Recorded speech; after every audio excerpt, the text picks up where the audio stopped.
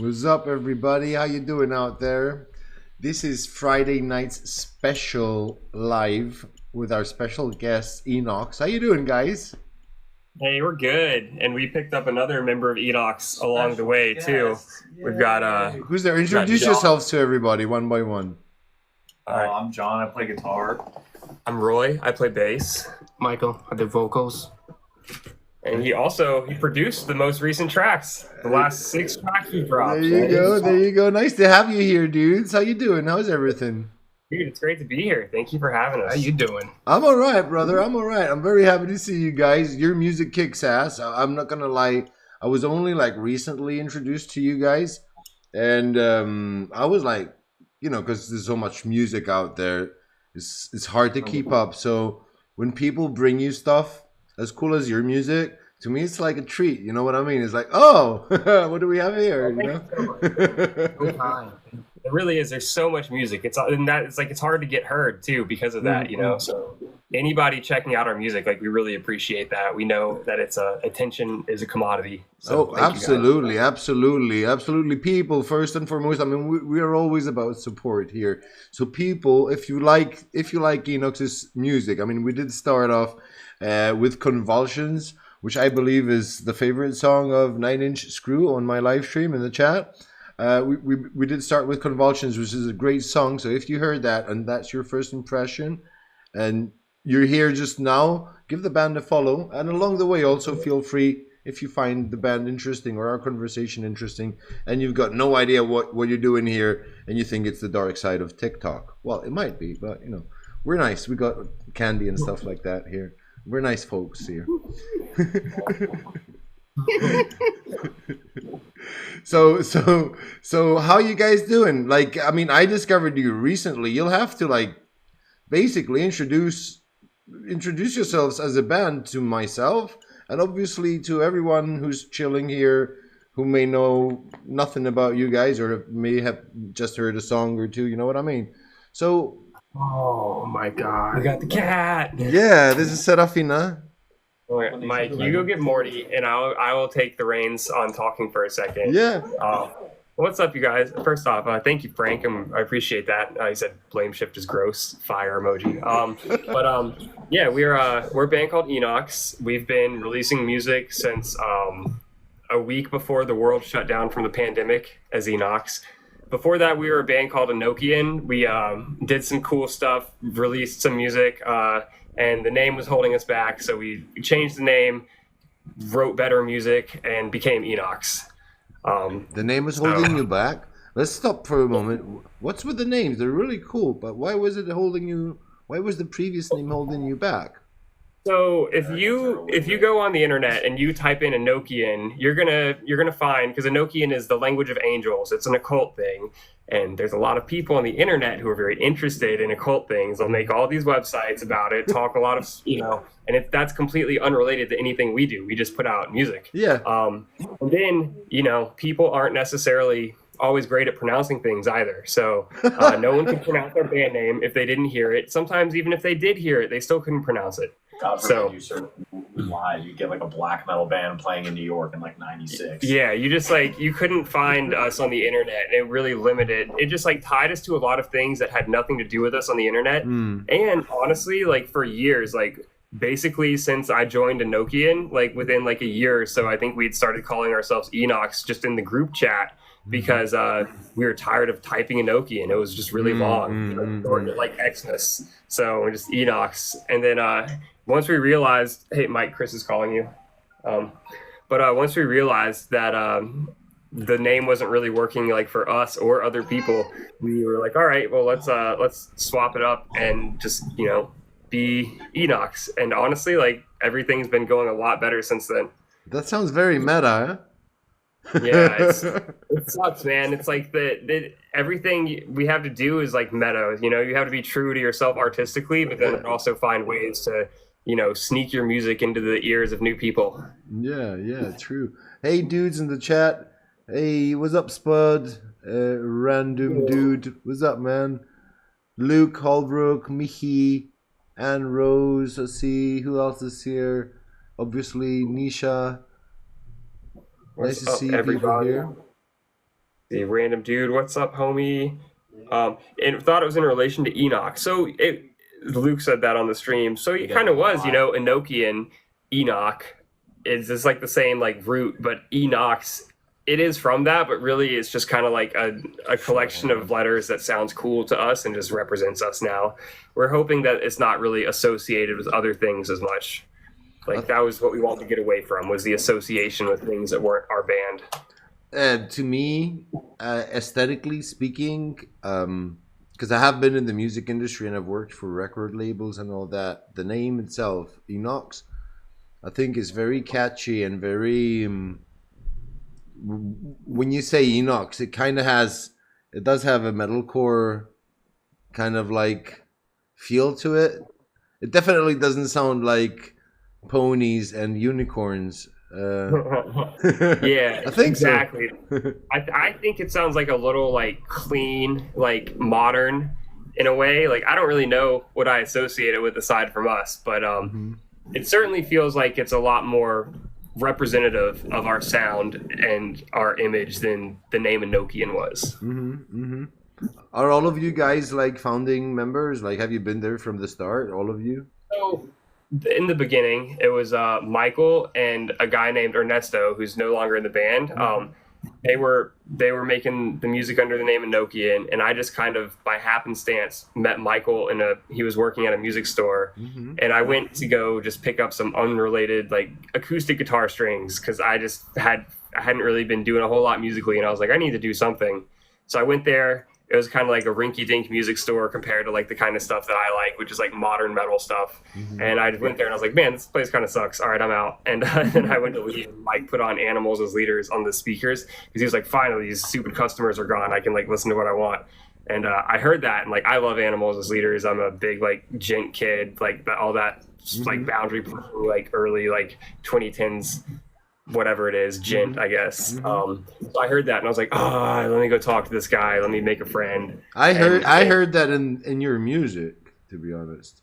Yeah, honestly, I think Animals as Leaders, like them and Northlane are probably the two bands that we all like connect on the most. We all like a lot of the same stuff, but like those are the two bands. Hey, we got Marty. Oh, look at that cat. Wow, that's a big cat. She's only 2 years old. Found a squirrel. Where? My cat saw look. Where's the cat? No, okay, you gave up. That was fast. You gave up fast, didn't you? But yeah, so I met Mike, and he was in Enochian. They had an EP.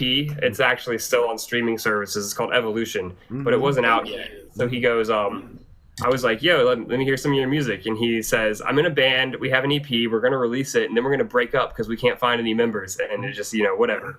So he showed it to me. And it's just like, wow, this is exactly what I love, what I want to be doing. So I was like, it's like, hey, I'm going to do this stuff. So then 2 weeks later, we met up. I learned some of the songs. Michael was the vocalist at the time, but he was originally the drummer. So when I met up, it's like he was already doing vocals, but he just filled in on drums for that practice. And it was just me, him, and the founding guitarist. And we just jammed. And we're just like, all right, yeah, this is it. This is sick. It felt right. How'd you go from drums to vocals? I think That's a big. big promotion. You know that, right? Somewhat. Honestly, it wasn't by like, something that I felt like I had to do. Our producer was the one that kind of convinced me and Ernesto to make the switch. And Ernesto's not your drummer? Ernesto was the other original member. The guitarist. The guitarist. He's no longer with us in the band anymore. Okay. He's still alive. And we're still great friends. Yeah.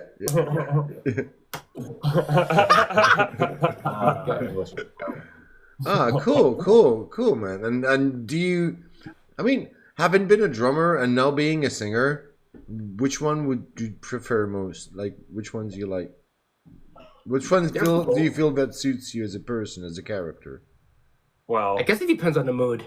I'd say at this point it's like the singer, because he's been so like that's what people associate with him. But dude, when I met him, one of the best drummers I'd ever met or seen. Just like, wow, this guy's really got something going on up here.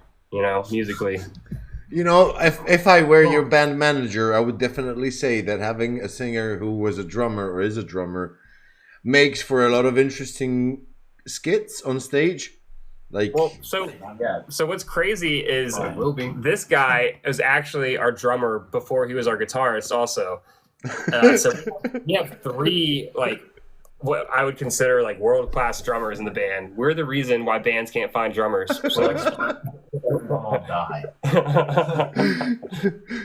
You could also though, like I said, for live performances, all of that switching around instruments makes for an interesting show.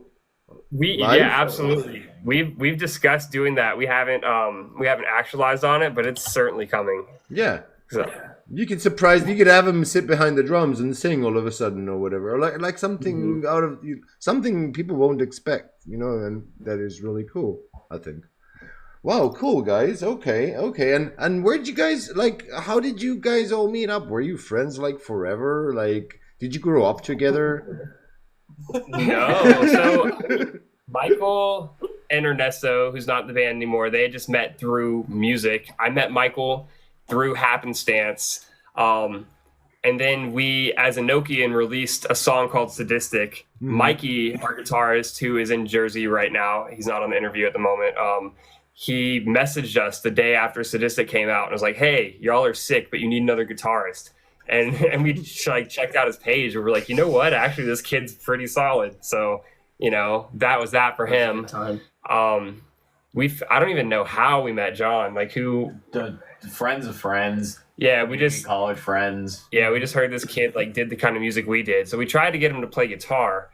And then he was too busy. So later we needed a drummer and we got him on drums and that worked for a while. But then we went during one of our recording processes for actually the EP that's coming out early next year.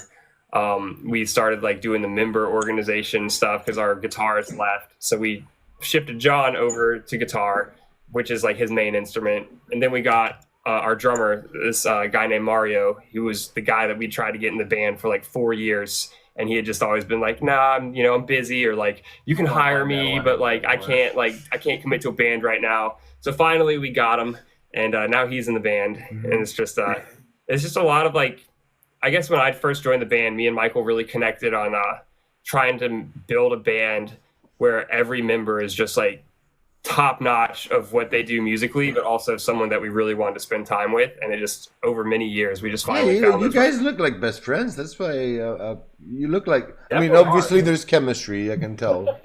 Yeah, honestly, my philosophy was I want to be surrounded by people that take music as seriously and joyously as I do.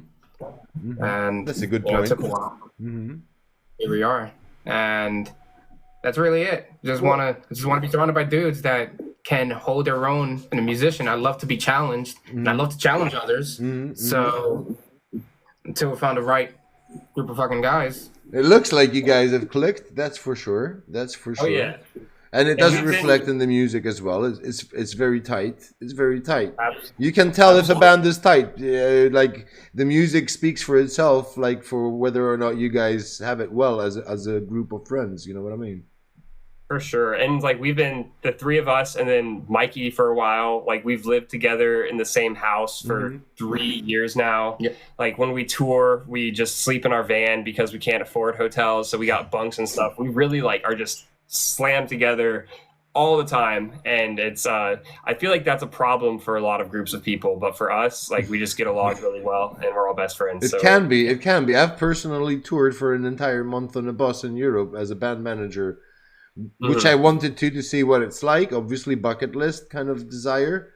It's freaking tough. Yeah. Absolutely. And it's the thing about it is every circumstance is so unique because every tour is just this collection of personalities, right? Sometimes it's the easiest work you've ever done in your life. Everything's smooth. Everybody's low maintenance. Sometimes it's not. And it's always just playing it by ear and just, making the show go on regardless. Definitely. But speaking of tours and we're having a nice conversation and getting to know about ENOX a bit more. Before we go on to another song of yours, I wanted to hear it from you guys. Like, obviously, you have one studio album out, right? Which was released in 2022, if I'm not wrong. And because of that album, it came out obviously after the pandemic. So I suppose that between 2022 and 2024, that's where all of your live activity must have taken place, right? Yes. What have you done? Like, would you like to tell us a little bit? Like, have you done a lot of support gigs? Have you toured? Because obviously, there's a lot of people here in Europe or elsewhere in the world, and not in the States, who doesn't know, like doesn't know if you've like what you've done and where you've been and all that. Yeah.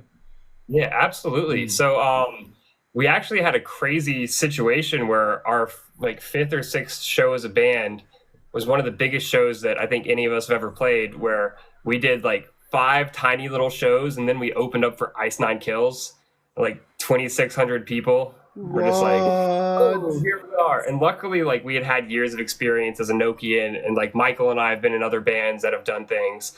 So were there 2,600 when you hit the stage? Yeah. Everyone was there. Was it like that's a indoors venue, right? Yeah, it's like a convention center. There's videos of it on our YouTube, like in our shorts and stuff. I could send you stuff later, but it's just okay. It was crazy. I want to hear it from the man here who had to open his mouth and sing in front of 2,600 people. How did you feel when you came out on stage? Like that being the most amount of people you've had to sing for, right? Ever.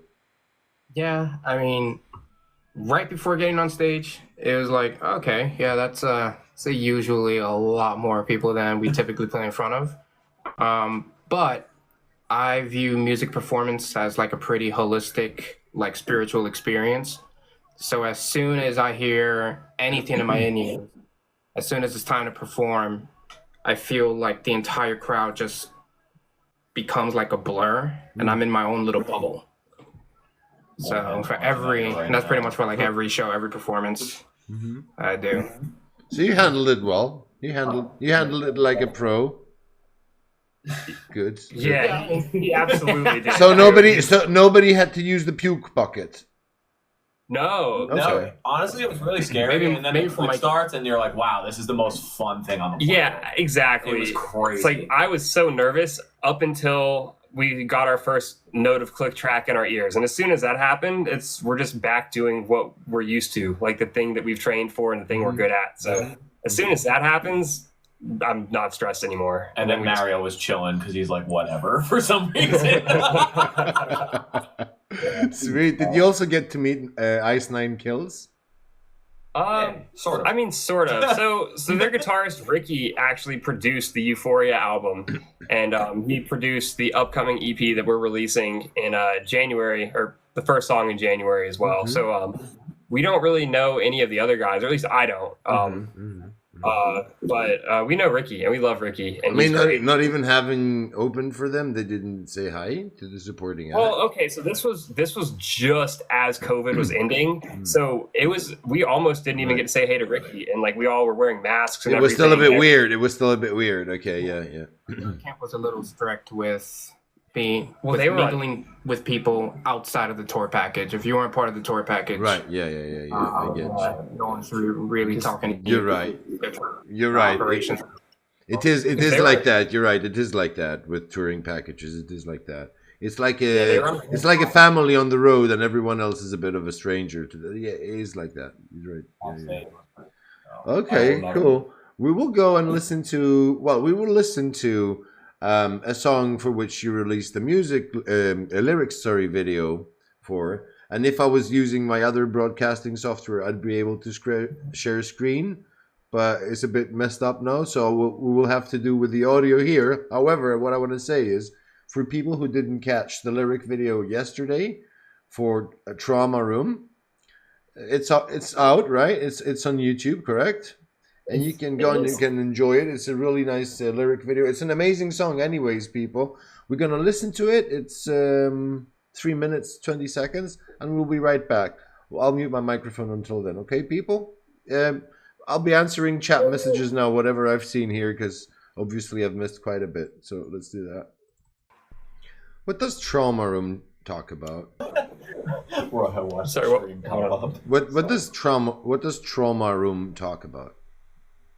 Michael, you want to handle that one? Yeah. Forsaken included. These songs, and honestly, the songs to follow after. I definitely approach these songs a little bit more of like expressing myself and just kind of like putting pen to paper, feelings, thoughts, emotions, whatever it may be.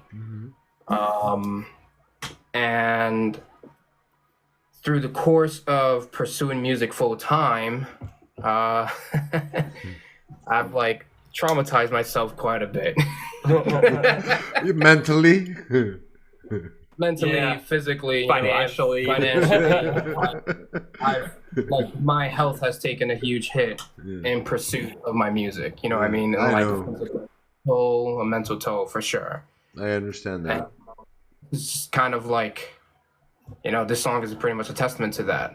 And if I have done enough to leave behind a legacy.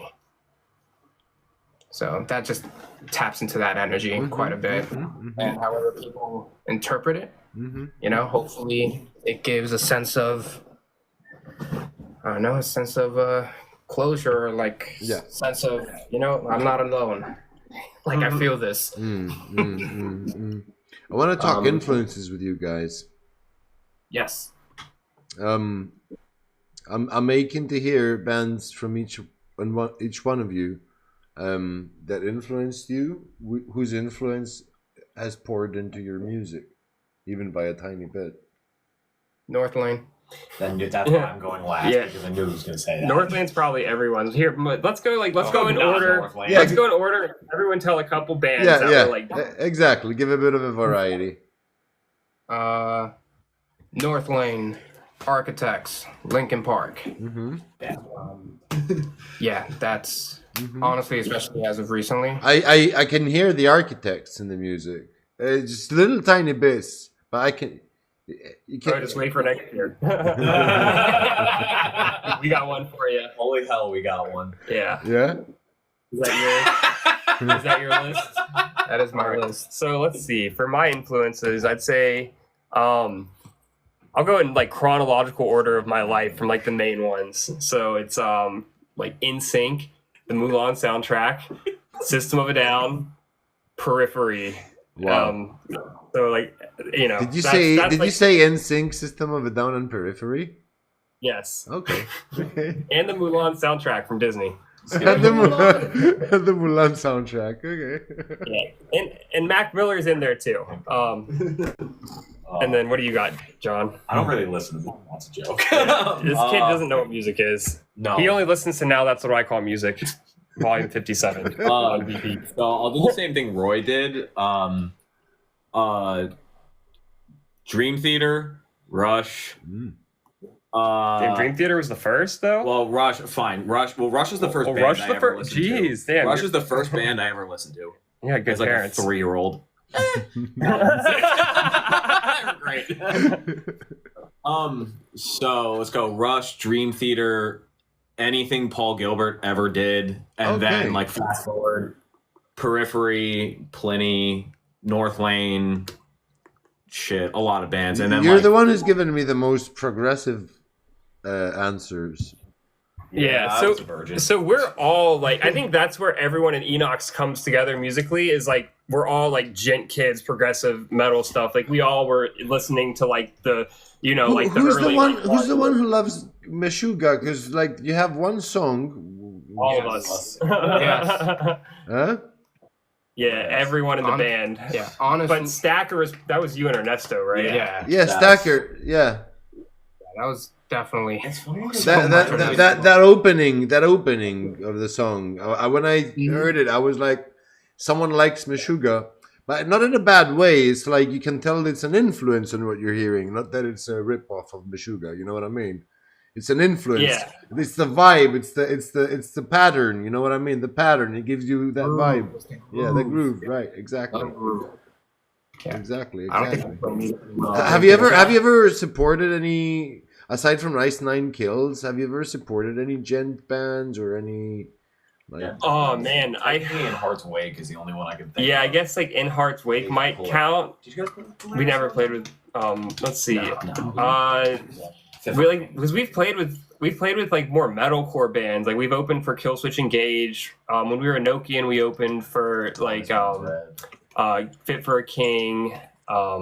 We've opened as both bands for Attila. But yeah, I get we've never really locked in with any of like. You've opened for Attila. Yeah. Twice, yeah. Okay, that's actually quite good though on the CV, right? Yeah. I keep forgetting like how many times we play with them. Yeah. But yeah, we've never really gotten to lock in with any of those like you're right. gent bands that we're just super influenced by. Like we really wanted to get on the Monuments tour when they were in the US recently. Like if we could tour with Periphery, that would be insane. Northlane would be insane. Arrow would be insane. Invent Animate would be insane. So you need a booking agent basically there in the States. Yeah. We just need a 100%. booking agent. That's Agreed. so because like we're in a weird position where I think that we're pretty good. Like not to toot our own horn, but I'm proud of our band and what we. No, can you've do. worked hard enough. It's okay to say that you've worked hard enough. So Yeah, but we haven't really been able to have a booking agent want to like take a risk on us, or if they do, it's like they're just not. They don't really get our vision, or they don't get our music, which is fine. What kind of feedback? Well, let's stop at that because it's interesting. It's interesting whenever I talk to bands. Whenever we have something to say that touches, generally speaking, the music industry and what the music industry is like today, I would like to hear it from bands. Like, so what's the feedback you guys were getting? I'm curious. They told us that they didn't know what kind of bills that we could fit with, or like who they would put us on. Can I say the one sentence that we always get? What is the sentence? We don't know what we want to sound like. Yeah, that's more of what labels say. Yeah. But like it's like that's kind of a general thing because we have a variety of sounds in our sound. But I believe that if you hear an ENOX song, you can tell it's an ENOX song. Like, there's a signature sound there. And we have a wide range of like moods that we can draw from. We're able to cater our sets. Like if we're playing a heavy show, we're going to be the heaviest band there. If we're playing like a poppy metalcore show, we're going to fit right in. You can go a bit more on the trippier side of things, for example. Yeah, exactly. But like, and it's fine. Like it's not like we don't want to force the agents who don't understand us to get us. Like, I want them to listen to us and organically understand it, or else it's not going to be good business because they're not really going to get it. They'll book us on things that don't make sense. But we don't want that. It's just we just have to find the right person who does understand us. Do you feel perhaps because of what you've just told me that we do live in an age where you do have all the tools in front of you online, and that perhaps you might end up having to do it again DIY? Well, that's kind of where we're at right now because we had a manager and we just parted ways with him amicably a few months ago. Because we were riding high off the Paradise EP. We were sitting around like 127,000 monthly listeners, and we just weren't able to convert that into a booking agent wanting to work with us. Even though we did tours, we did a full US tour. We've done a lot of tours. We've done support tours for other bands. We've toured with Kanashi. We've toured with Bro Job. Like toured with a band called Levels. You've toured with Bro Job? Yeah. Oh. Yeah. Yeah, we love those dudes. We've played Bro Job on my live stream. That's why I'm saying that. Yeah, cool. Honestly, I'm surprised that their manager isn't in this stream right now and sending me text messages trolling me. But shout out Tyler. So we've done all these things, but it's just there's been some sort of disconnect in meeting with the people to help us level up to the next steps in those areas as a band. And that is what it is. So we're just like, since we weren't able to, convert that success that we saw into that on this last release cycle, we have had to change the way we do things. Yeah, now we're fully independent, producing our own music, releasing it, and not playing a ton of shows because we're not going to like kill ourselves financially to make like small things happen. We just need to keep working towards the bigger picture. And we've done touring. We've put in the work in that regard. We're ready to hop on big tours when they present themselves, when we can find those opportunities. But that's just kind of where we're at right now. I mean, and I was looking at your Spotify and of course you have a hell of a lot of, you still have a hell of a lot of monthly listeners, right? Um, it says right now 40,000, and a lot of them are in Australia. Yeah. Hell yeah, bro. Which makes me so happy because the Australian music scene is unreal, dude. Yeah. Every band in Australia is just like on band steroids. Yeah, they've got some really cool metalcore bands there, for sure, in Australia. But I didn't know that their scene was so active when it came to like reaching out to like the rest of the world, like I didn't listeners really wise. But I think that our music, like, because honestly, we find that as a band, we tend to gravitate towards Australian bands, not because they're from Australia, but just they just keep churning out great music over there. So it's like we just keep listening to them, you know. So I'm sure that influence is sort of shown through in our music. Have you ever have you ever thought of going to Melbourne, Sydney, Brisbane? Yeah. Oh my god, that'd be a dream come true. So like the whole thing about being an independent band is that we're broke as fuck, and it really sucks because it like really limits what we can do. Because you know, in a perfect world, we would be able to invest in like opportunities to make more money. But as it stands, we can't really do that because we can't risk like not being able to make the payment on our house next month or something. Of course. I will say one thing though, since we're on TikTok, on what you were just talking about before we move on, right? So hold that thought, whatever it was that you were gonna. And I'm sorry to interrupt, but I was thinking, oh, you're good. Bands like new bands, right? New bands in metal music. TikTok actually is a great platform, not just for like what we are doing now, which is a dream come true for me, like to be able to have my own thing and do this and do it the way you want and have a good time and no producers shouting over your head. No, you know what I mean? It's amazing. Yeah.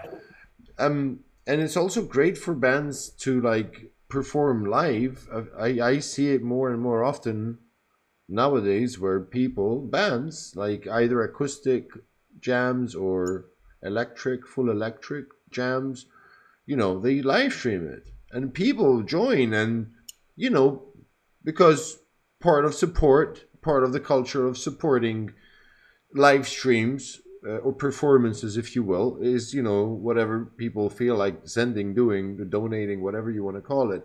So that's another way of having your own fans, basically a means to support you. You know that, right? That you can do stuff. Yeah, like absolutely. So up until recently, like the other issue that our band faces is that 2 of our members live 14 hours away in New Jersey. Right. So we can do the practice stuff, but we always like, you know, we didn't want to like under deliver to people either, where it's like, here's like a couple of them, whatever.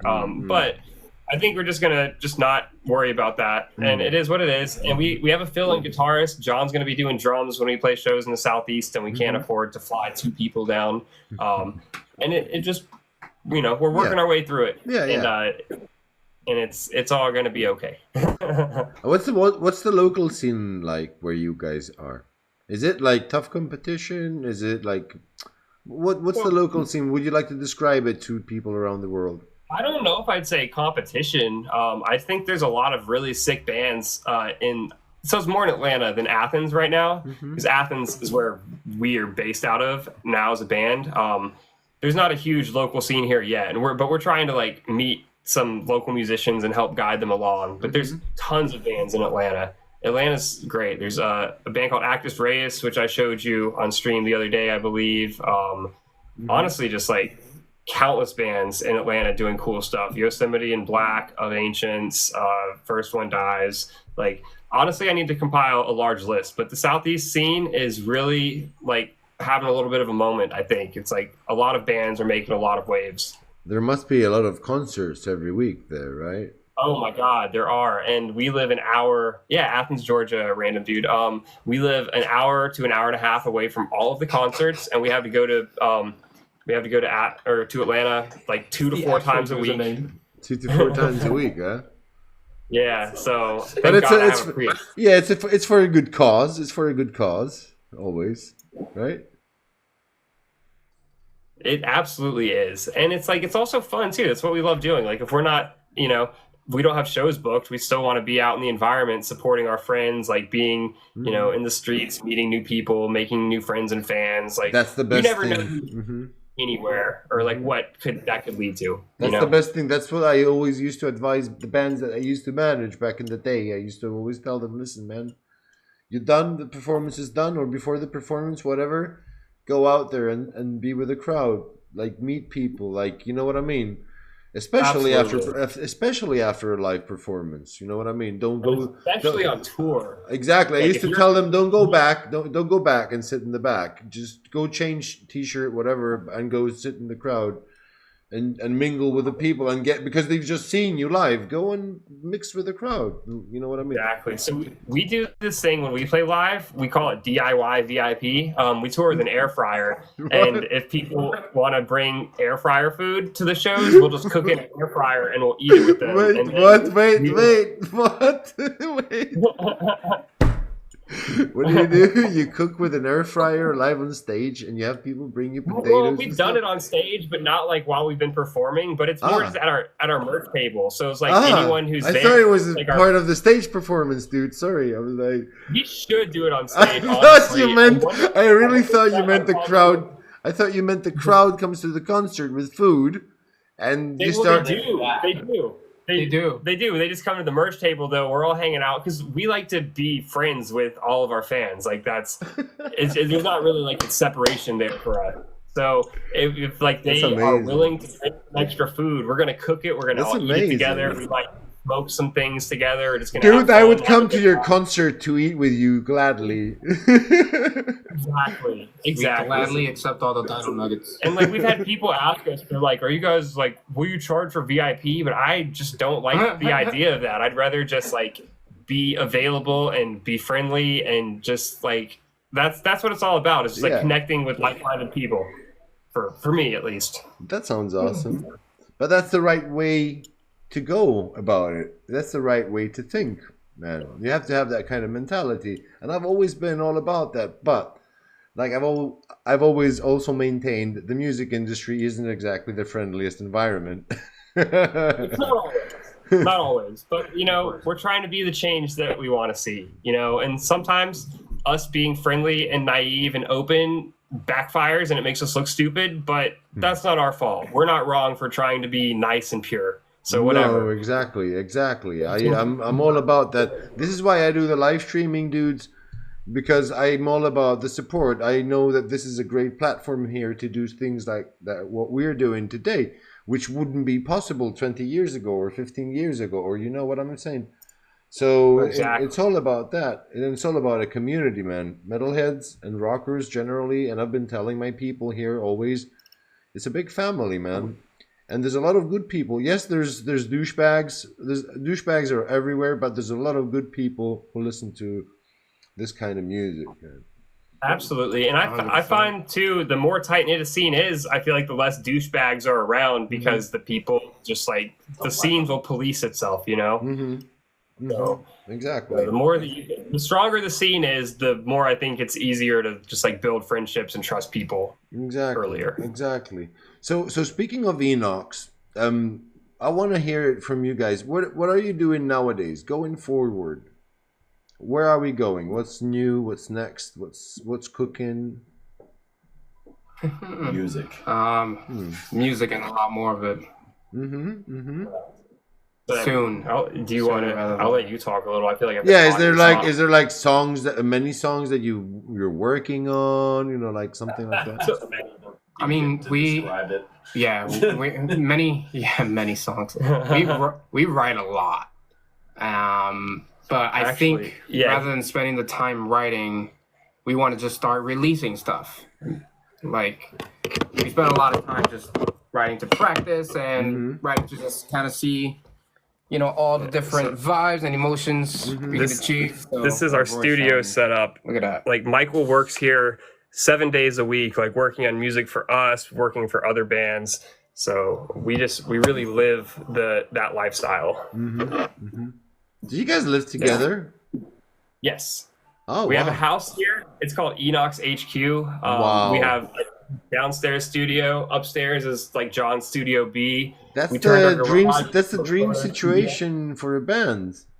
It really is. Like, it's honestly, when Michael and I first started really getting, like, realizing that we were both serious about music and that we were the people who wanted to work together, like, we talked about in the future, like, you know, getting to where we're at now, which is like living together, like owning a house, like him producing stuff, us being more self-sufficient. And you know, it's been like 6 years or so, I think, since we started talking about that stuff. We really like, I see the meme all the time. It's like, the person you are 5 years ago would love to be where you're at now, and they would. Like, I did exactly what we set out to do, and we're really fortunate situation, and we just want to keep using this. It is, brother, because, you know, as broke as you may feel, and as broke as we may are, that's an ideal situation. And a lot of bands out there, I know personally, would die to have that kind of setting where they'd be living together in a big, you know, in a house, and be able to, like,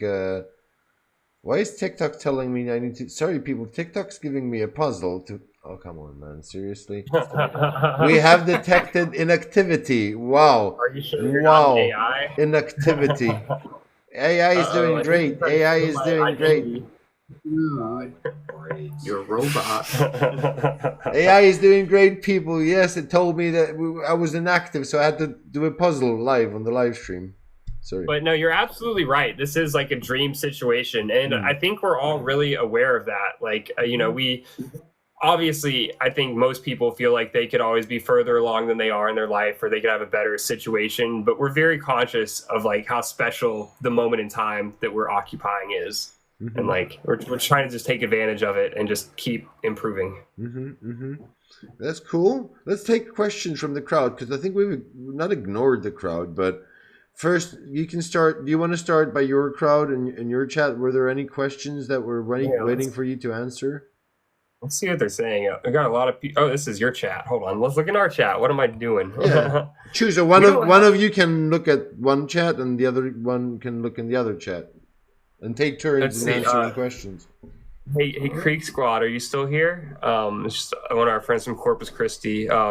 We played a show out there, and our set got cut because the sound guy was stupid. You lost the game. I'm one of those douchebags you were talking about. Need to get you more followers, what a random dude said. Dude, that's what I'm saying. We're really trying, man. We're trying to focus on our TikTok. The TikTok decided that my personal TikTok was a more valid place for people to get ENOX news for some reason. So now I have a bunch of followers, and it's so hard to convert them over, but I'm really trying. Yeah, people give ENOX a follow. Yeah, we don't have a ton of questions in ours, so I think we should we should hit. So I see questions here. So Bearded Axe from North Carolina says, "Have you ever been asked to play at Danville, VA?" VA. We've been asked to play in Virginia Beach. Yes, we played Virginia Beach. Did we ever play like Richmond? I don't think we've done Danville. What was the venue name in Danville? Danville. Oh no, we're so sorry, Trash Panda. We love you. Trash Panda, I've not ignored you, sweetie. When I noticed that you were there, we were already either listening to music or talking. And I had it in my mind that I wanted to say hi to Andy. Andy, she's from California, people. She's from Los Angeles. Oh, nice. Nico says California. I wish we could go to California more frequently. It's just like the so far away and so hard to get a van there without other side of the country, literally. Oh, did my phone just die? All right. Well, I don't have any more. No more chat for me. Any touring plans for the Midwest? Nothing currently. So like we're very, very open to touring, but we're not gonna, as of right now, we're not gonna start booking our own headliner shows. We don't want to be a band headlining. We want to be supporting bigger bands so we can grow our audience. So we're just doing our best to try to like stop for being the opening band on a bigger tour. So the only way for us to do that is to grow our presence online. So if you're liking what you're hearing, please just share our music, add us to your playlist, just like annoy all your friends to listen to ENOX. Like, exactly. Unfortunately, that's what it takes to make it these days, unless you have financial backing. And hey, the power of the internet is great, Roy. The power of the internet can take you to places you've not even dreamed of. It does that to me. It's done it to many people. It just if you do Absolutely something can. well and people embrace it, you know what I mean? And that's why I like supporting, because you support others, you bring in people, you know what I mean? There's a certain degree of embracing someone, and that takes you places, because that's how things work properly. If you go your own way on your own, well, unless you're super rich, I don't know. What? I know. I wish we were super rich. We just need to win the lottery. But the problem is, like, then you spend all your money. We just spend all our money on ENOX instead. Yeah, we should spend all our money on gambling. We Spud are. has a great question. Where's Spud's question? Spud has a great question. Wait, where My is it? gutturals. I saw that. Oh, that's over here, right? Can you find Spud's question? Oh, there it is. I missed it. Where is it? Come on. Here we go. It's where did you learn gutturals? I've always wanted to learn. That's Is that definitely a Mike Spud's question? Yes. Yeah. Cool. Honestly, I kind of figured it out myself. I spent a lot of time just like analyzing my voice and analyzing like just learning about the vocal anatomy and what makes what sound like what in here. You know, everything affects everything. So through the years of just learning my voice, you know, you're able to know how to morph and just shape frequencies and sounds. Can you do it efficiently without damaging your vocal cords? Oh yeah, He's got a doctor's note to prove it. yeah, absolutely. Good. Can you do one? Maybe. Just do it. Just do it. Maybe. People want it. You know they do. Nice. See? You look, people wanted it. That was cool, man. That was dope. See, this Whoa, people are writing fire in the Yeah, when I met Michael, it was the first time I'd ever met someone who was really able to actually do that sort of thing and sound good, and not just someone who's just like trying to go like Yeah. you know. It's crazy. It really comes from it came from within, didn't it? It really came from down deep, didn't it? Yeah, I mean everything's all diaphragm, right? Yeah. Like, Yeah. as long as everything is, as long as you're projecting properly, and you know how to be able to control everything, is all dynamics. My eardrums felt that, man. I could feel the there was wind, there was gust. Now doing a high pitch, oh my god, dude, he can do it too. It's like it's loud when he does it in a high pitch. High pitch. How high is high? How high is high though? Yes. I mean, you hear like the layer scream in the Forsaken breakdown. He could do that, but like way higher. Way higher? It's like it sounds like a tea kettle. Like a tea kettle, really? Yeah, I don't want to put Mike on the spot or anything. It's just No, he I can don't know. do whatever he likes. It's just we're chilling. Whatever he feels like doing. If he doesn't, it's fine. Don't worry. All I know is just over the years of being around Michael is just I've heard the craziest sounds come out of him, especially when he's like not even trying. He's just like you're just like in the practice space and he's just like joking around, making silly sounds. You're like, what is happening? But has anyone influenced you, Mike? Has anyone ever influenced you, like particular singers whose vocal style and technique maybe like sort of like seeped into your unconscious, subconscious, sorry, and like made you kind of like. Yes, absolutely. There's actually, I'd say a few. I think the one that really kind of like made me open my eyes and was like, holy shit, that's kind of crazy, was Phil Bozeman. Oh, Like when White first Whitechapel coming out, like Yeah. that was crazy to me. I thought that was a whole other level of like using your voice. Yeah. So for like for vocals, that's where like I really got like a lot of the inspiration. And when Northlane was dropping their Discoveries album and then Singularity, Adrian, their vocalist, his scream style was just so unique and so much emotion, so much tone. Mm-hmm. You can feel the feelings. And then Drew York from Straight from the Path was the other vocalist that, oh my God, that was like, right, like almost like a Rage Against the Machine, but with just way more attitude. Yeah. Wasn't there like one more? Weren't you super into Ben Dur? I'm saying his name. Oh yeah. Yeah, Bandora was another one for like deathcore stuff. Yeah. Shadow? Yeah. Yeah, just analyzing their voices really taught me a lot, and that's, it's stuck with me ever since. Let's see. If you could, would you play the UK? Oh my God, yes. That's a 100%, dream please. come true. We would love to do that. Let's see. You guys come to South America? We would love to do that too. That would be incredible. Yo, am a music producer. Do you need one? I actually have one right here. I love this guy. He's like my built-in producer. So sorry. Also, if anyone else needs production, we work with smaller bands. We love to help. So, hit us up. Plug that stuff, brother. There's a Death Fest in Maryland. Yes, we should. I do want to do that. That one, I've heard about that one. Also, Mike, after the stream, we need to discuss a potential show in Florida that I got hit up about. Oh, nice. Another one in Athens, which we definitely have to talk about. Yeah. Yes. When you say Athens, because there's people from Athens, Greece as well, probably watching. I know. That's so cool though. Like it's so funny that we all live in Athens. So crazy. We are the lesser. That's We what I'm are saying. the We're lesser. lesser. Yeah. Oh my God. We're 110% lesser Athens. Yeah, that's definitely a bucket list location for Massive me. bucket list. For sure, you have to do it just for the history of things. You have to say, I was from Athens, I went to Athens, but a different Athens, and I performed there. You know what I mean?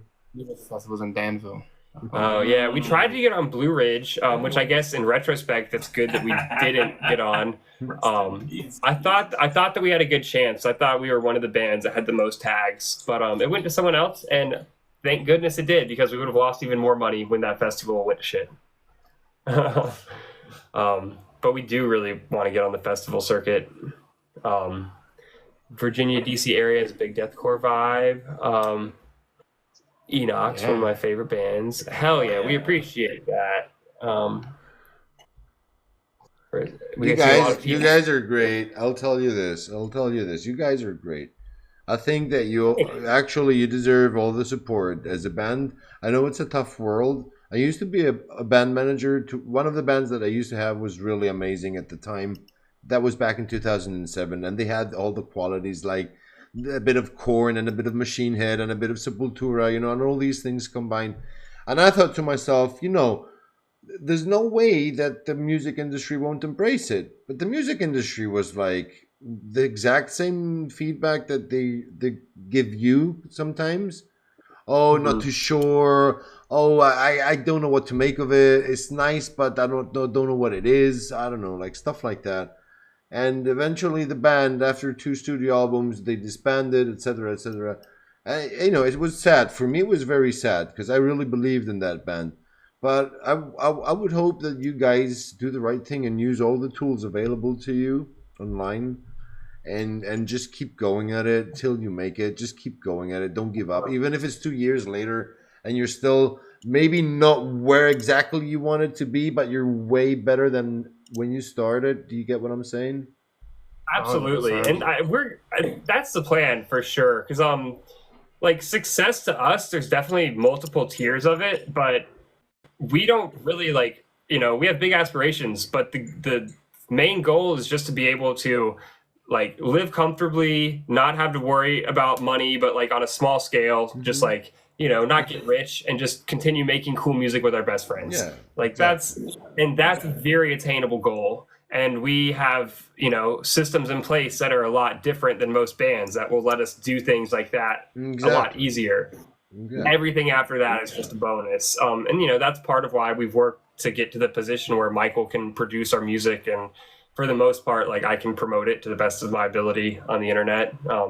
we're just we would love to work with some bigger people in the future, but if that doesn't happen, the hits are still going to keep coming. So, ENOX is not going anywhere. Before we say our very final words for this interview, we're going to listen to a third song. We're going to listen to... Is Riff Raff here? Yes. Oh my God, we got Jesse as well. Is that? I'm thinking you're saying Riff Raff. The Riff Raff is here. What's up, bro? Yours. Yeah, follow the Riff Raff. That's our boy.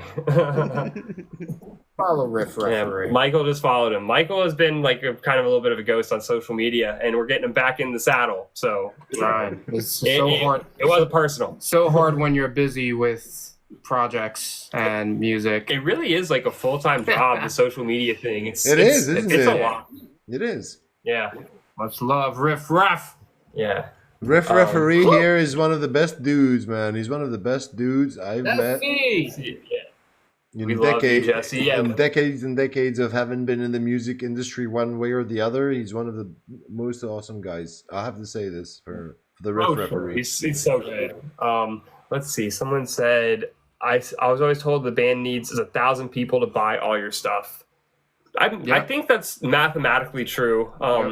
If we had 1,000 diehard people who just bought every single thing we did, we'd be chilling. But it's also pretty hard to find that. We're working our way there. We're just trying. We kind of live in an economy where it's like we can have diehard fans and they might not be able to afford everything we do, and that's fine, and we get it. Like even in today's day and age, even just sharing our song on your Facebook is a very, very valuable level of support. This is what I always tell people, like a tiny little bit of support can go a very long way, and people don't realize many times that you can tap a like, you can share something, it's for free. No, it doesn't cost nothing, you know what I mean? And that actually helps somebody, you know what I mean? Oh, dude, it's so true. And it's funny because there's this thing on social media where people don't like to engage with content unless they see that it's doing very well. And then there's this bias where even if it's not maybe the best piece of content or a piece of content they wouldn't have given a chance before, if it has a large view count, they're going to check it out because it has that social proof. So it's just, it's a whole weird thing.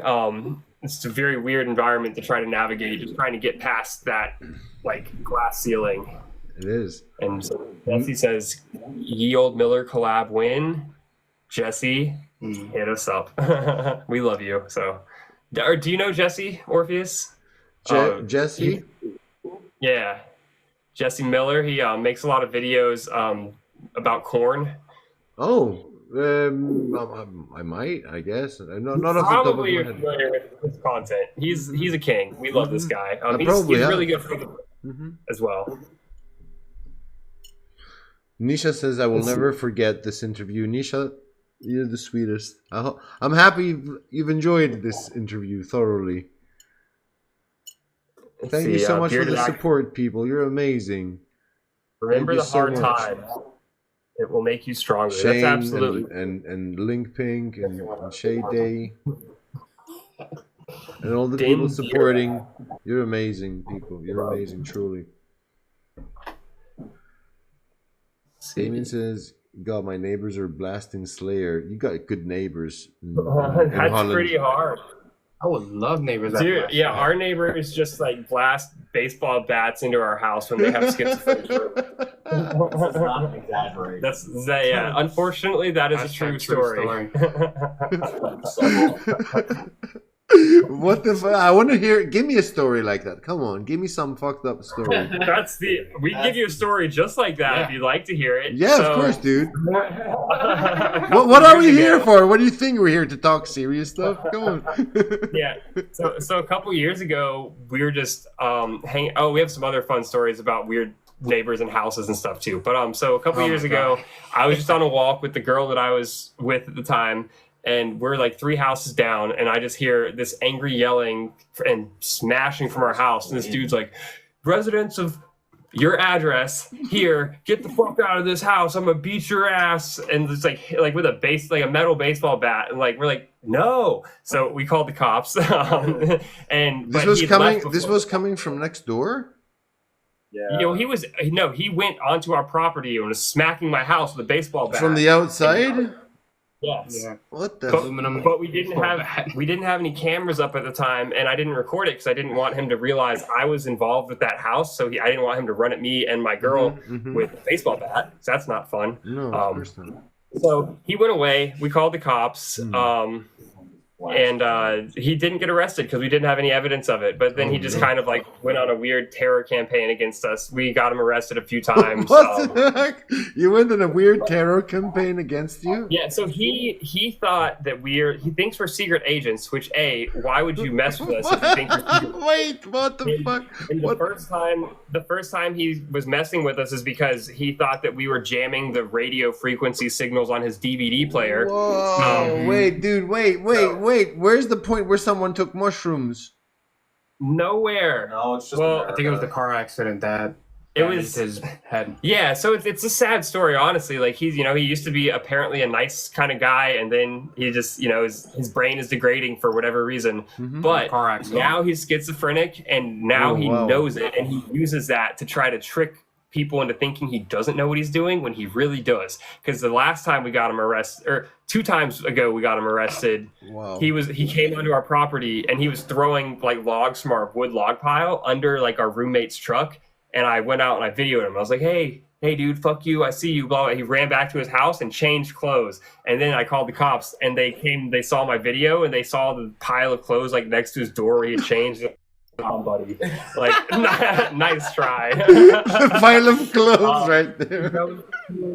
Yeah, and we once then on not this last New Year's, but the New Year's before, right? Or was it this last? I think it was New Year's before. It was like 2 years ago with the so pie. On New Year's, not day, but January 2nd, because I guess he just forgot what day it was. He tried to bring us like a New Year's gift, but he walked up to our house and he put a pie like on our trash can bin, but the pie just was like a bunch of weird like schizophrenic drawings, and it had a note that just said "Mary go fuck himself." So I was like, "All right, cops, get him." Had him on video. Like he looks like Walter White too, dude. He's just like it's pretty crazy. He's literally the one who knocks. Yeah, he's a piece of work, but he hasn't messed with us so much recently. That guy, a piece of work. That guy, yeah, a piece of work. He is a piece of work. But it's been pretty smooth for the last like year and a half. Knock on wood.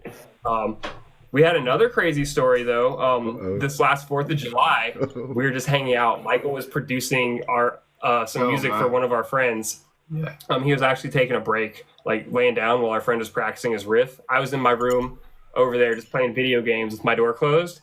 And we just hear this like slam at the door, and it's like blah blah blah blah blah, like footsteps coming downstairs. And I walk back here, and there's just like a 12-year-old child just that appeared in our house, and he had ran to the back over. Actually, that's such a Halloween. That's such a Halloween story, dude. It was so crazy, and he's just sitting there. It was such a Independence Day story. I guess. But he hopped into our house and like got on the couch, and he's he's autistic, so he started like having a breakdown, and that was the whole reason he had ran to our house from our other neighbors. And we're just like, and then his whole family came in, and we took care of everything. It was great. It was fine. Yeah. No, when the explanation comes every time, you're like, okay, fine. But when you're hearing what happened before you found out what was going on, and you were like, what on earth? Dude, crazy. Imagine when it's happening. But so after that, we were sitting here. We're like, wow, that was weird. And then we're like, wait, if he went and saw our crazy neighbor, that would have been a way worse situation. So we wanted to go warn the family. We went over there. We warned them. If all of them met, it would be disastrous. Yeah. So we went. It would be like the Texas Chainsaw Massacre kind of thing would happen. Exactly. Yeah. So we warned them, and they're like, "Thanks, you guys." And then one of the guys there was friends with a musician in town, and he put us in touch. And it was actually a really good producer who's like front of house guy for Lions at the Gate, and just like plugged into metalcore stuff. So we made a friend in town that we never would have met otherwise, just from like a random like home invasion on the 4th of July. and now he comes over to the house and works on music with us, and it's awesome. Things worked out. Things worked out. Yeah. Absolutely. That's crazy. They have a funny way of doing it. That's crazy, man. But these are the things that make interviews special. So thank you for sharing those stories with us. Absolutely. I mean, if you have more, now's the time to get them out. If you have anything that you need to get off your chest, now's the time in front of all those lovely people watching us. So there's another good one that we could tell you about when we were in Seattle for the first time. I love band stories. Wow. So we used to have a van called Scarlet Johansson. It was like a scarlet colored van, and it was an absolute piece of shit. It had a fake floor in it. Scarlet Johansson.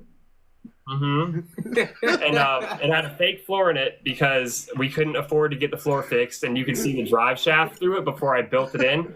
So we took this across the country because we had to do what we had to do. But we get to Seattle, we go to a Planet Fitness, everyone's showered, and we're back in our van hanging out. We're gonna sleep in the Planet Fitness parking lot like we normally do. But I'm in my bunk. Our drummer is sitting in the passenger seat of the van, and he just looks across the parking lot, innocently. And then there's like a homeless guy across there who he locks eyes with on accident, and this guy just like stares at him and just goes like. And then Mario's like, "What is happening, you guys?" And he turns around, and this guy just like starts walking towards us, and he's just like fucking just walking at us, and we're like, "What is going on?" And our van's off, the windows are down. I'm in the back, and I'm like the band dad who drives normally. And everyone starts freaking out. They're like, "Oh my god, he's gonna what's going on?" And then he's walking faster and gets closer, and he has a side bag, so he starts reaching into it. We're like, "Oh, he's got a weapon! Oh fuck!" What the heck? So Mike was like, "Give me the keys! Give me the keys!" Imagine if he had a machine gun in that bag. Yeah. Well, if he had a machine gun, we'd probably there's not much we could do with it. But if he had like a knife, that's really bad. Bro, it's all really bad. no, you Olympic vaulted over the back seat, pushed Mike onto me, and then fucking started and sped off. So I tried to start it though, but it's like it could have been faster if he had just given me the keys. I think it would have been the same speed, but my adrenaline kicked in. So it would have been the same I was like, speed. It wasn't "Nah, even started." I'm taking care of everyone. We're getting out of here." I course. go to start the window, and it's like not starting because we had a weird issue with it. Of course, being because the dude might have the dude might have filmed like a new Machete movie with you guys. And, Exactly. So I finally got it started. I didn't know where he was. He'd walked behind the van at that point, so I thought he was like between the van and the trailer, and I didn't care. I was like, "All right, if you're there, you're dead. See ya," and just hit the gas. We took off. And we made it. Jesse says, "Bro, the AC in that bitch too." We didn't have air conditioning in that van on that tour, so we took a portable air conditioning unit and we tried to use it off a power inverter, but we didn't have enough power, so we just roasted and died in the summer in 110-degree heat in Texas. And ended up carrying that thing with you around, right? We carried it the entire tour, and it's actually still in our garage. You took it for a tour. You took that thing for a tour. We chaperoned it around America, and we used it maybe for 10 minutes. Telling stories, I made a choke on his spitting. Yeah, someone's spitting his coffee listening to your stories. So glad you enjoyed it, bud. We got crazy stories for no reason. Yeah, we've just been doing it a long time, and You might have left. Spinal Tap is so true, Like, it is, just dude. weird It is. things happen on the road. It is. You never know what's going to happen. It is. Someone says a bearded axe, new ENOX book coming soon.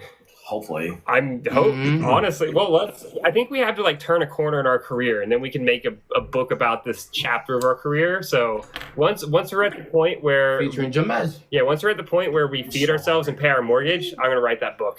Maybe that book would pay for our mortgage, though. Who knows? I don't know if The music industry is such a strange place, man.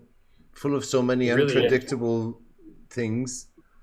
I've told my friends in my live stream about the incident where when I was touring with Sick, a band from the Faroe Islands, whose manager I happened to be at the time, and we were playing a gig in What's the band called? Sick, SIC, Sick.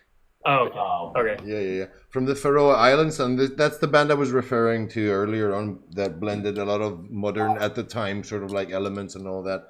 And we were playing. We were on a tour with Hate Sphere and other bands, and we were playing a gig in Slovakia in Bratislava, and none of us had ever been to Slovakia before. And okay, I do have other stories that obviously I can't tell people over on the air, but there was this one. There was this one time, yeah, because there's like a lot of stories flashed before my eyes right now, and I was like, can't say this, can't say this, can't say this. But the one thing that I remember from Slovakia, and every time I meet somebody in my live stream who tells me they're from Bratislava, is that venue. I accidentally sat on the stool before the show. I sat my ass on the stool that happened to be the stool where the big goon bouncer, who was like as big as a door or a wardrobe, used to sit his ass on, right? So it was his stool. I didn't know that, right? So I sat on that stool, and all of a sudden I felt something touching the side of my head, and it was a Desert Eagle. That's a big gun. That's the biggest, I think, handgun in the world or whatever. We're American, we know. Dude, I'm not kidding. I turned around and I went white. I went whiter than the white that I am. I went pale because there was a Desert Eagle pointed at my head, and I just got up and I was like, I don't know what the fuck is going on. And he was like, his friends started laughing. So to him it was a joke, but to me it was I lost 20 years of my life right there and then, just with a gun. You know what I mean? So that's something that would have never happened to me had I not gone on tour in Europe. So true. And the older I get, like, and whenever I'm on tour, I start getting more worried. I'm like, wow, this is actually like dangerous. I'm actually opening myself up to a lot more chance. Yeah. It's insane. Touring is scary. But you know, it's what we have to do to accomplish the goals that we have to do what we love. That's very true. Did you have brown trousers, Orpheus? No, brown trousers. I probably had to change. I've probably suppressed that memory deep down enough that I don't really remember what I did after that moment. But yeah, it's scary shit. Bearded Axes in Athens. Does U of G have a metal? Where did it go? Have a metalcore? A metal scene? Georgia metalcore community. We need to find out. There's a little bit of one, but we haven't really managed to break into it yet. It's certainly not like it is in the bigger cities, like in Atlanta or in New Jersey, where our band is from. But we're working on trying to meet more metal people in Athens and trying to cultivate a scene. There's some bands that we're starting to work with who are based out of Athens now, so that's going to help build the scene. We're trying to like start booking some local shows and do some mixers and just try to, you know, community building activities out here. Because like we're here, we own a house here. We're not leaving for several years at least. So we might as well try to like do everything we can to make stuff that we want to have happen possible around here. Yay, I made it to Sassy Yay. What's up, Sassy? What's up? Welcome, Sassy. Hey, Sassy. Quite a few people. Michi says, so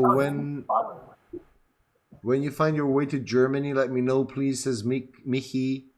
Says, I'm sure she's talking to you guys. No, band in Augusta, they call him. Where is it? Okay, song. You're a great That's band. cool. There you go. I don't know them. But we should be friends. We like bands. We're friends with bands. That's what we do. And there's a lot of bands in my live stream, people. So every time you're chilling, feel free, if you see me live, you know, obviously it's a nice place to meet other musicians from other countries and fans and people.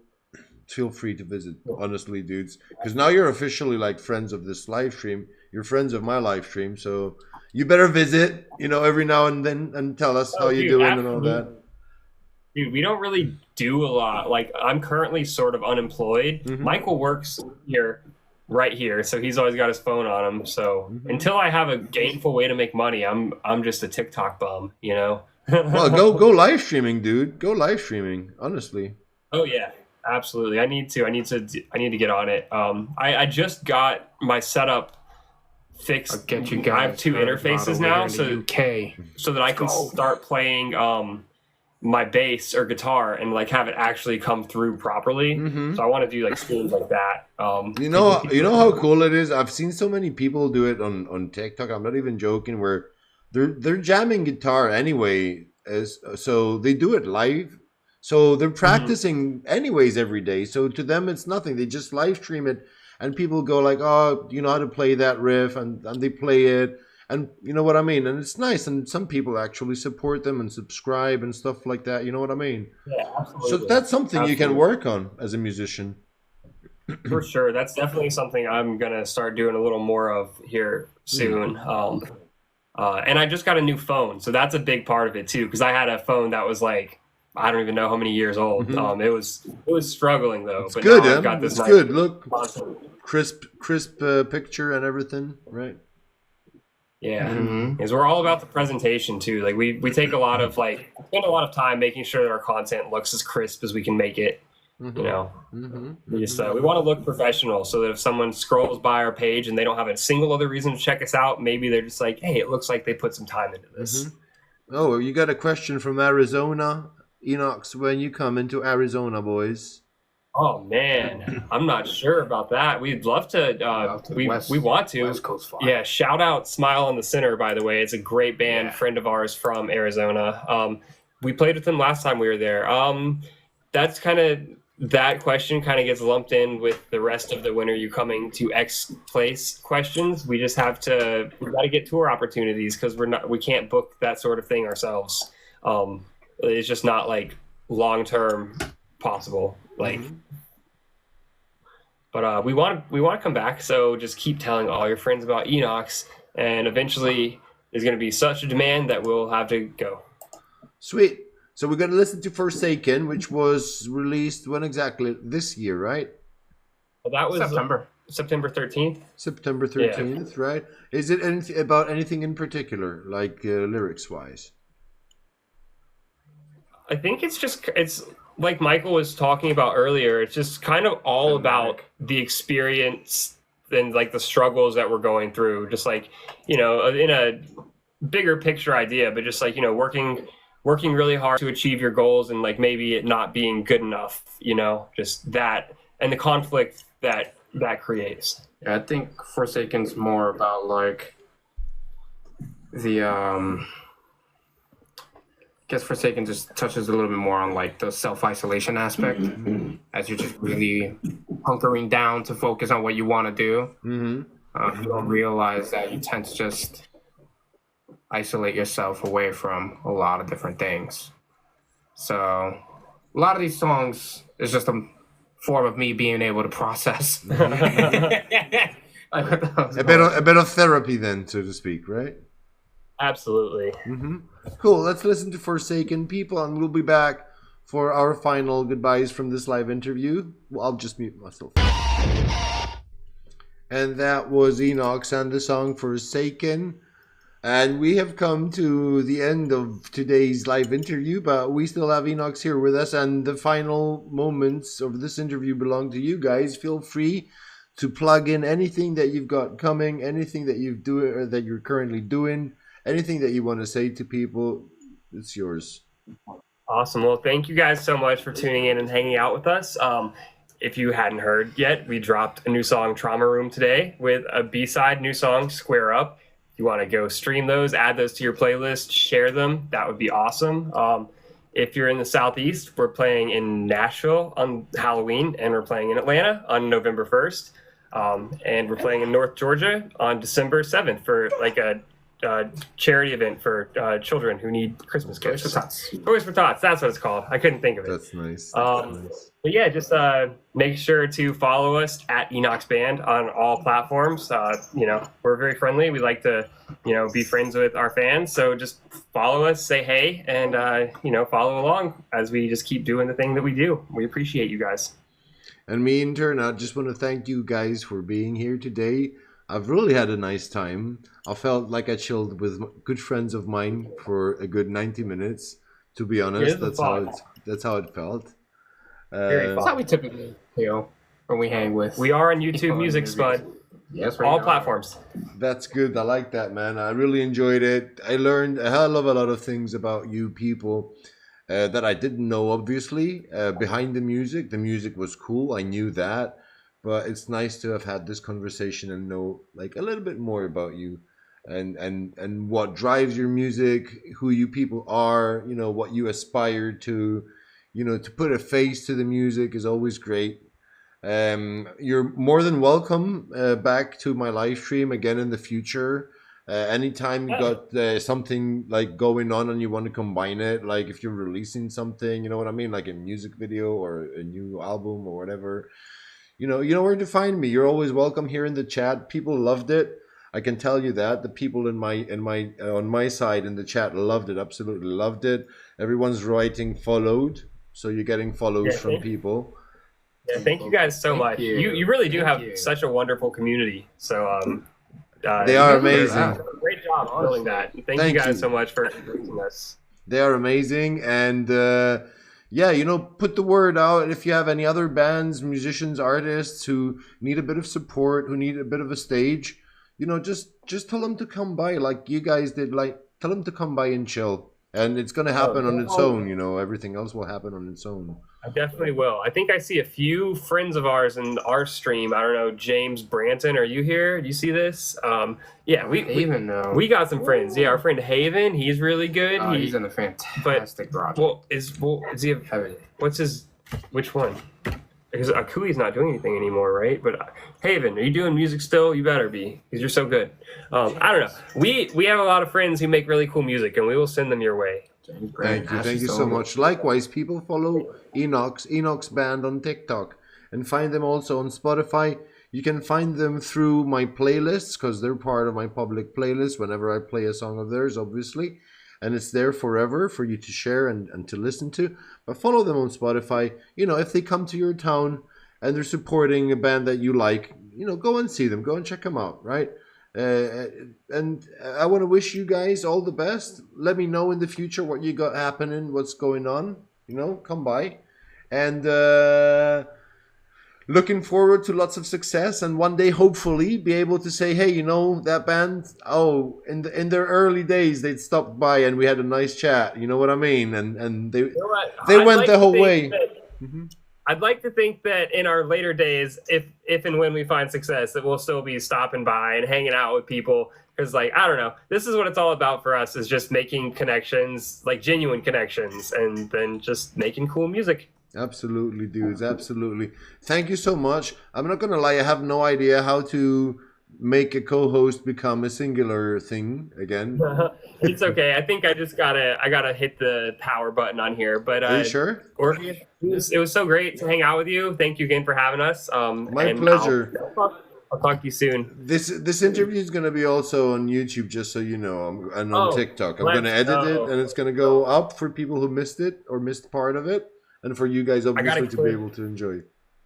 I got to clip Michael's like little guttural vocal thing. I think that clip should do well. Definitely, definitely. Oh yeah, you got the recording as well from your side of the interview. Oh, you're right. TikTok stores it. Yeah. So smart. Yeah, it's been you can tell I'm a little bit out of the game. I used to stream a lot, and then I fell off. Don't worry, I'm coming back, you guys. So we'll be here. We're reloading the whole thing. Yeah. Getting back to it. Take care, guys. Thank you so much. Dude, thank you. Thanks we'll catch so you much. soon. Been a vibe. See you guys. Bye. Take care. Bye. People, everyone there. Oh, it's resizing. It's resizing my screen. Come on. Resize.